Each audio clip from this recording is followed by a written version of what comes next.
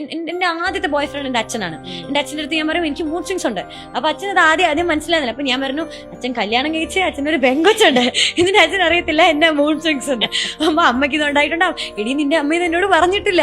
ഞാൻ അതൊരു കുഴപ്പം തന്നെയാ. അപ്പൊ ഞാൻ വിളിച്ചിരുത്തി പറയും എനിക്ക് മൂഡ് സ്വിങ്സ് ഉണ്ട്. എന്റെ മൂഡ് സ്വിങ്സ് എന്ന് വെച്ചാൽ ഇപ്പൊ എനിക്ക് പീരീഡ്സ് ആവുന്ന സമയത്തോ അല്ലെങ്കിലോ അതിന് മുന്നോ ഒക്കെ എനിക്ക് മൂഡ് സ്വിങ്സ് ഉണ്ടാവും. ചിലപ്പോൾ ഇരിപ്പിൽ എനിക്ക് കരച്ചിൽ വരും. അതെനിക്ക് അച്ഛയോടുള്ള ദേഷ്യം കൊണ്ടാവണം എന്നില്ല.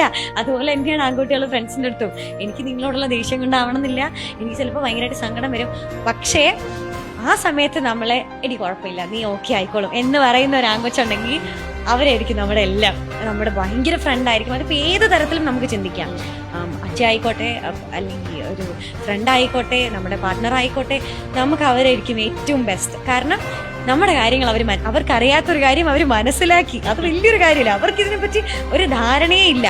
എന്താണ് മൂഡ് സ്വിങ്സ് എന്നോ ഒരു ധാരണയില്ലാത്ത ആൾക്കാരാ അവർ. നമുക്ക് വേണ്ടി നമ്മൾ എന്ന് പറയുന്ന ഒരു പേഴ്സണാലിറ്റിയോടുള്ള ഇഷ്ടം കൊണ്ട് അവരത് മനസ്സിലാക്കി.